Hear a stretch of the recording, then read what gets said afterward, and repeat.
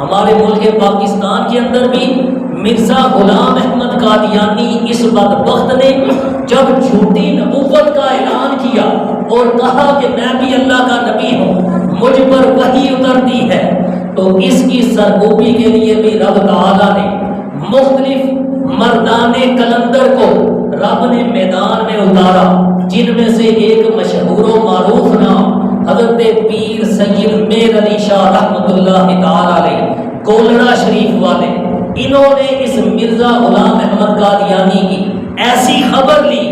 کہ جو اس کی نسلیں بھی یاد رکھیں گی، اور آج تک وہ لوگ اس کو بھلا نہیں پائے۔ اس مرزا غلام قادیانی نے، بدبخت نے،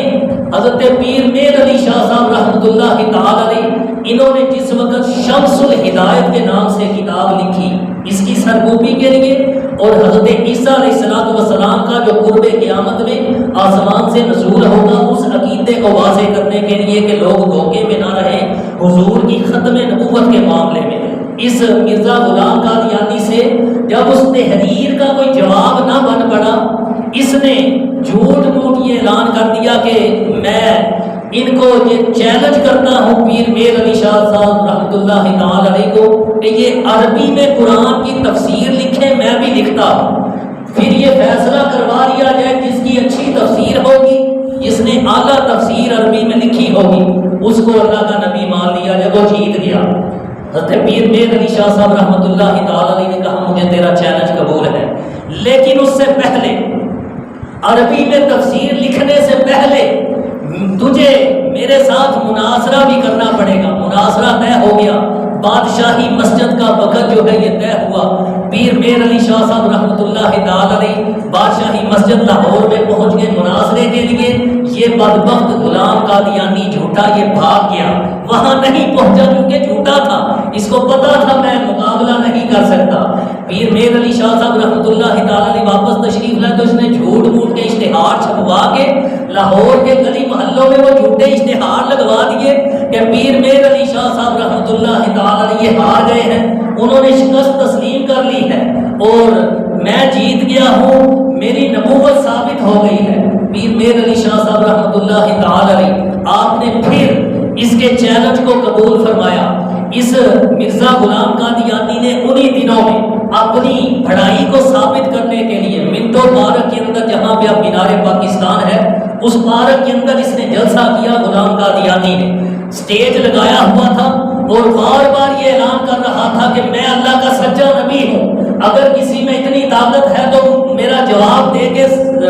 بتلائے، ذرا مجھے جھوٹا ثابت کر کے دکھائے۔ پیر میر علی شاہ صاحب رحمۃ اللہ تعالی علیہ ان دنوں اتفاقاً لاہور کے جامعہ نظامیہ یہ حکیمہ والے بازار میں اہل سنت کا مدرسہ ہے، وہاں پہ موجود تھے۔ ان کو کسی نے بتلایا کہ وہ تو وہاں پہ ایسے بڑھ کے مار رہا ہے، آپ فوراً تشریف لے گئے، جا کے سٹیج پہ سیدھے پہنچ گئے اور جا کر آپ نے اعلان فرمایا کہ میں اس کے سوالوں کا جواب دوں گا، میں اس کو جھوٹا ثابت کروں گا۔ مائک آپ نے ہاتھ میں لیا، کسی میں اتنی جرت نہیں تھی کہ آپ کے ہاتھ سے مائک پکڑ سکتا۔ آپ نے اعلان کیا کہ میرے 4 سوال ہیں،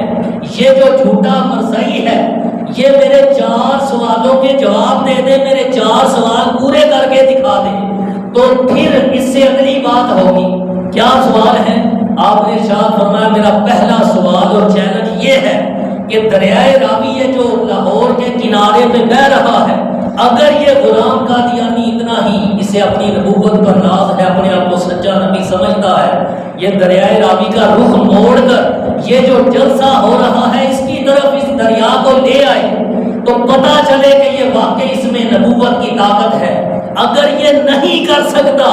تو میں اللہ کا نبی نہیں ہوں، نبی کے غلاموں کے غلاموں کے غلاموں کا غلام ہوں۔ مجھے بتلائے، میں ابھی اس دریائے راوی کا رخ موڑ کر یہاں سے گزار کرنا دکھاؤں تو مجھے اللہ کا ولی مت ماننا۔ لوگ جو ہیں حیرت زدہ رہ گئے، یہ کیسا چیلنج ہے۔ دوسرا پھر آپ نے سوال کیا، اگر یہ غلام قادیانی جھوٹا اتنا ہی سچا نبی بنا پھرتا ہے، میرا دوسرا چیلنج یہ ہے کہ یہاں پہ جدھر مرد حضرات بیٹھے ہیں اس کے دوسری طرف ایک پردے میں 4 دیواری جو ہے وہ کپڑے کی لگائی جائے، وہاں پہ ایک کماری لڑکی جو ہے اس کو بٹھایا جائے۔ کوئی مرد اس کو مت چھوئے، اس مرد کے چھوئے بغیر یہ لڑکی جو ہے یہ ایک بچے کو جنم دے جو اس کی نبوت کی گواہی دے وہ بچہ، تو پتہ چلے اس کے پاس نبوت کی طاقت ہے۔ پچھلی امتوں میں نبی معجزات دکھاتے رہے، اس میں ایسی طاقت ہے تو کر کے دکھائے۔ یہ پھر ہکا بکا رہ گیا، یہ کیسے کر کے دکھا سکتا ہوں؟ پیر میر علی شاہ صاحب رحمۃ اللہ تعالی علیہ نے پھر ارشاد فرمایا کہ میرا تیسرا چیلنج یہ ہے کہ یہ باہر یہ کھارا پانی، کڑوا پانی جو ہے یہ پھر رہا ہے، اس کڑوے پانی میں اتنا ہی سچا نبی بنا پھرتا ہے، اپنا لعاب ڈالے، تھوک ڈالے، اگر وہ کھارا پانی جو ہے میٹھا ہو جائے تو اس کی نبوت جو ہے اس پر یہ دلیل قائم کرے، اگر نہیں کر سکتا تو مجھے بتائے، میں نبی نہیں بلکہ اللہ کے نبی کا غلام ہوں، میں وہ اپنا لعاب ڈال کر پانی میٹھا نہ کروں تو میری ولایت نہ ماننا۔ پھر آپ نے چوتھا اعلان فرمایا کہ اگر یہ واقعی سچا نبی بنا پھرتا ہے تو یا یہ شیر بن کر مجھے کھا جائے سارے مجمع کے سامنے، اگر یہ نہیں کر سکتا تو میں شیر بن کے اس کو کھا جاتا ہوں، پھر تم فیصلہ کرنا۔ پیر میر علی شاہ صاحب رحمۃ اللہ تعالی علیہ بھی یہ الفاظ آپ کی زبان سے ادا ہو رہے تھے کہ میں شیر بن کے اس کو کھا جاتا ہوں۔ وہاں پہ حاضرین جو موجود تھے ان کا بیان ہے کہ اللہ کے ولی کو رب نے اپنے محبوب کی ختم نبوت پر پہرا دینے کے لیے اتنی طاقت اور ایسی کرامت اس وقت عطا فرما دی کہ آپ کی مبارک گردن سے شیر کی طرح بال اور اس کی طرح کھال وہ ظاہر ہونے لگی۔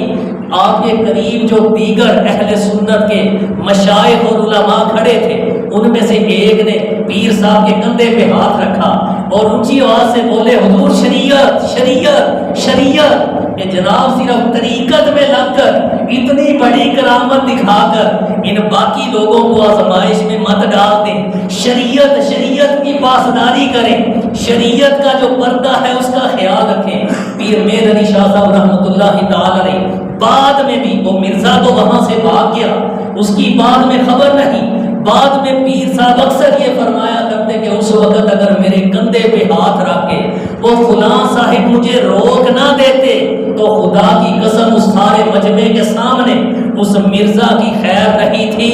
مہر علی یہ شیر بن کے اس بدبخت کو ایسے نگل جاتا کہ اس کا نام و نشان باقی نہ رہتا۔